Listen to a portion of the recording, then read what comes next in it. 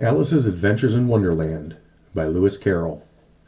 Chapter 12. Alice's Evidence. "Here," cried Alice, quite forgetting in a flurry of the moment how large she had grown in the last few minutes, and she jumped up in such a hurry that she tipped over the jury box with the edge of her skirt, upsetting all the jurymen on their heads of the crowd below, and there lay sprawling about, reminding her very much of a globe of goldfish she had accidentally upset the week before. "Oh, I beg your pardon," she exclaimed in a tone of great dismay, and began picking them up again as quickly as she could, for the accident of the goldfish kept running in her head, and she had a vague sort of idea that they must be collected at once and put back into the jury box, or they would die. "The trial cannot proceed," said the king in a very grave voice, "until all the jurymen are back in their proper places. All," he repeated with great emphasis, looking hard at Alice as he did so. Alice looked at the jury box and saw that, in her haste, she had put the lizard in the head downwards, and the poor thing was waving its tail about in a melancholy way, being quite unable to move. She soon got it out again and put it right. "Not that it signifies much," she said to herself. "I think it should be quite as much use in the trial, one way up as the other." As soon as the jury had recovered from the shock of being upset, and their slates and pencils had been found and handed back to them, they set to work very diligently to write out a history of the accident, all except the lizard, who seemed too much overcome to do anything but sit with his mouth open, gazing up at the roof of the court. "What do you know about this business?" the king said to Alice. "Nothing," said Alice. "Nothing whatever," persisted the king. "Nothing whatever," said Alice. "That's very important," the king said, turning to the jury. They were just beginning to write down on their slates, when the White Rabbit interrupted. "Unimportant, your majesty means, of course," he said in a very respectful tone, but frowning and making faces at him as he spoke. "Unimportant, of course, I meant," the king hastily said, and went on himself in an undertone. "Important, unimportant, unimportant, important," as if he were trying which word sounded best. Some of the jury wrote it down important, and some unimportant. Alice could see this, as she was near enough to look over their slates. "But it doesn't matter a bit," she thought to herself.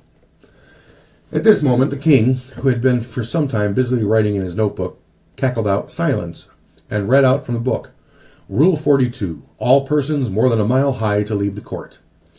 Everybody looked at Alice. "I'm not a mile high," said Alice. "You are," said the king.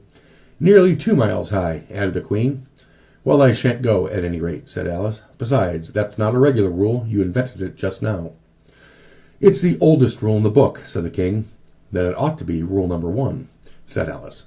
The king turned pale and shut his notebook hastily. "Consider your verdict," he said to the jury in a low, trembling voice. "There's more evidence yet to come, please, your majesty," said the White Rabbit, jumping up in a great hurry. "This paper has just been picked up." "What's in it?" said the queen. "I haven't opened it yet," said the White Rabbit, "but it seems to be a letter written by the prisoner to somebody." "You must have been that," said the king, "unless it was written to nobody, which isn't unusual, you know." "Who is it directed to?" said one of the jurymen. "It isn't directed at all," said the White Rabbit. "In fact, there's nothing written on the outside." He unfolded the paper as he spoke, and added, "It isn't a letter at all, after all. It's a set of verses." "Are they in the prisoner's handwriting?" asked another of the jurymen.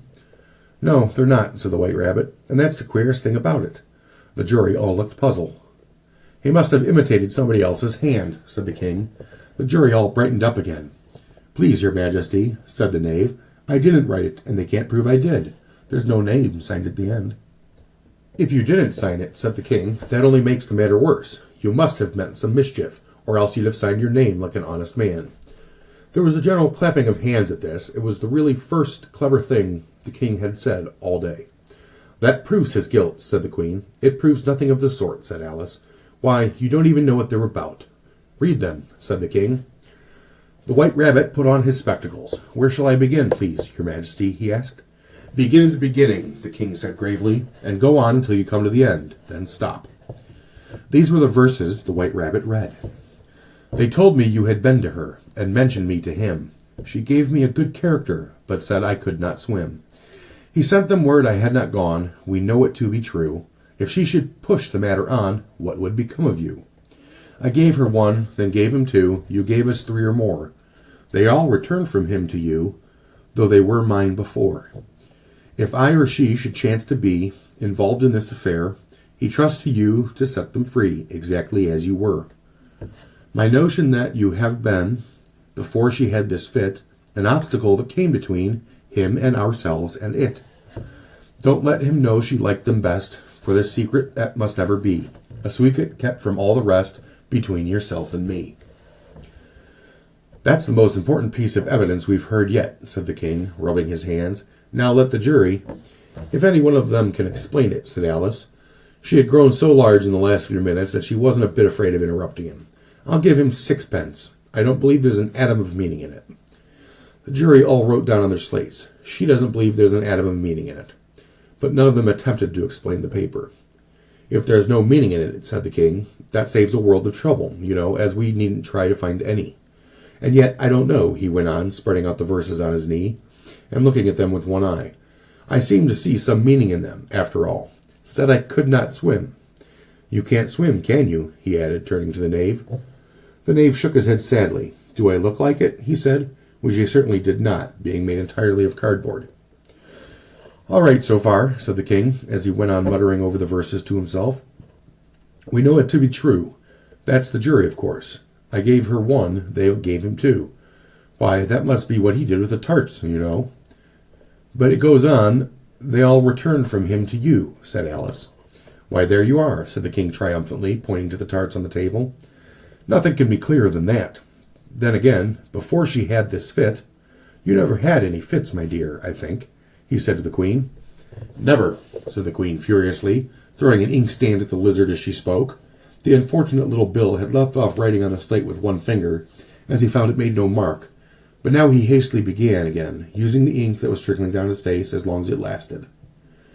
But the words don't fit you, said the king, looking round the court with a smile. There was a dead silence. It's a pun, the king added in an offended tone, and everybody laughed. Let the jury consider their verdict, the king said for about the 12th time that day. No, said the queen. Sentence first, verdict afterwards. Stuff and nonsense, said Alice loudly.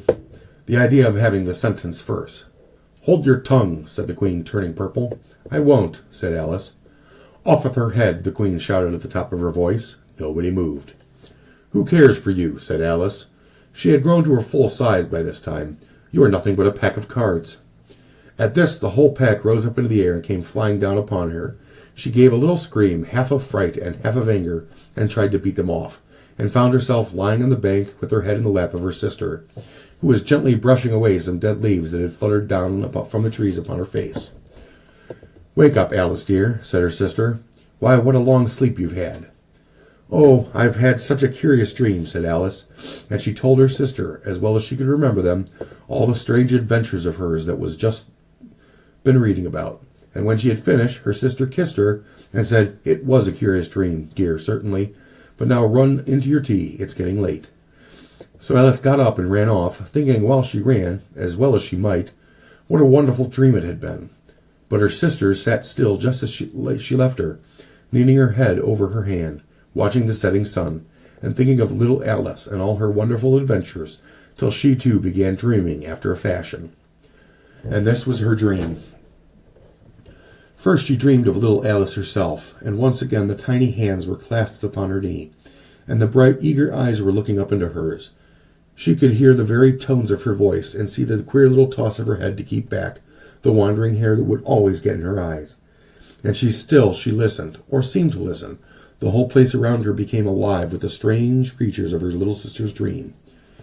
The long grass rustled at her feet as the white rabbit hurried by. The frightened mouse splashed his way through the neighboring pool.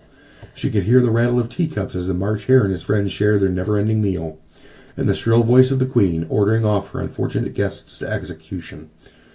Once more the pig baby was sneezing on the Duchess's knee, while plates and dishes crashed around it.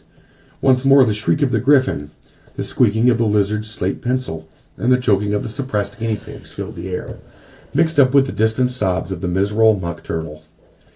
So she sat on, with closed eyes, and half believed herself in Wonderland, though she knew she had but to open them again, and all would change to dull reality. The grass would be only rustling in the wind, and the pool rippling to the waving of the reeds.